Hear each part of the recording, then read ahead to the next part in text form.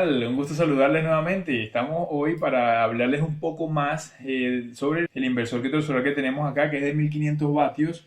Funciona a 50 Hz para generar 220 voltios de corriente alterna. Esto es adaptado para el mercado argentino. Sí, entonces vamos a hablar de una característica muy particular el día de hoy, que se trata de las conexiones a tierra. Este inversor se debe conectar a la tierra de corriente alterna y ya le vamos a explicar por qué. Entonces vamos primero a la parte del frente, acá.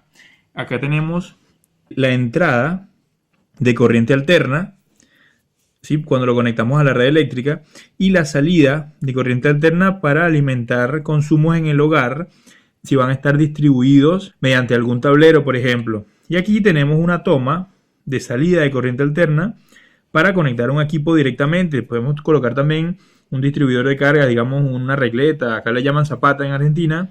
Puede ser, sino también. Sin embargo, generalmente para un solo equipo o un par de equipos. Si vamos a hacer una distribución para un hogar, por ejemplo, una casa, ya que son 1500 vatios, puede funcionar para toda una casa dependiendo qué equipos sean, usamos esta. Ahora, tenemos acá tierras que son una para la entrada y una para la salida, ¿sí? Entonces, lo que queríamos mostrar es que estas tierras tienen continuidad. Estas son, es obvio, ¿sí? Acá ponemos el multímetro para marcar continuidad.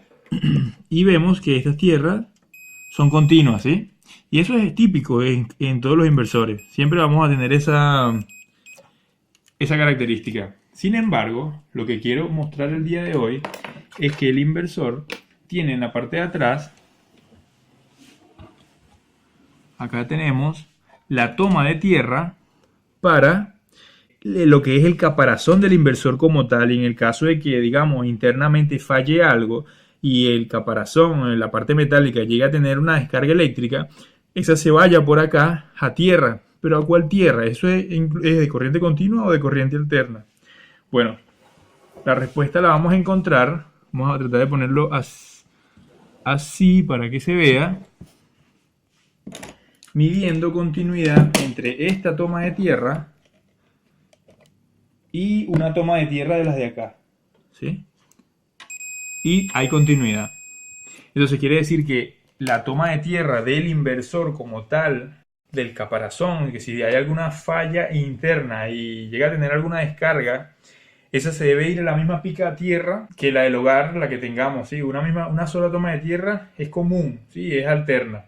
Yo soy defensor de que tengamos dos tomas de tierra, una de corriente continua y una de corriente alterna. Si tenemos sistema de paneles solares, la estructura de los paneles y todo lo que vaya en corriente continua, si llega a fallar y llega a tener una descarga, debe ir a una toma de tierra independiente, que debe estar separada una de otra, incluso físicamente en el terreno en el que estemos. Sabemos que hay un elemento de continuidad en el suelo, va a variar dependiendo, por supuesto, que donde usted viva o todo eso, pero sin embargo, hay casos en los que se ha podido electrificar la casa del vecino por una descarga nuestra permanente a tierra. Eso puede pasar, ¿sí? Si estamos cerca, por ejemplo, del nivel freático, las napas de agua, como lo llaman acá, si eso está cerca, podemos llegar a tener este problema. Lo mismo puede pasar de corriente continua a corriente alterna si las dos picas están cerca. Así que debemos tratar de esto, de tenerlo bien en cuenta, y es algo delicado, ¿sí? No es algo de lo que se habla mucho, ¿sí? Pero bueno, yo me animo a hablar de esto y a teorizarlo. Y si viene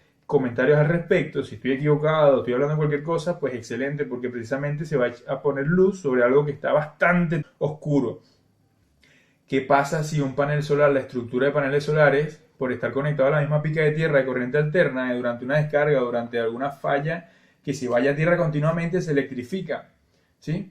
Entonces eso es un tema de lo que hay que conversar, hay que dar luces porque nadie lo comenta, ¿sí? Nosotros también vamos a estar hablando de otros temas como protecciones de sobretensión.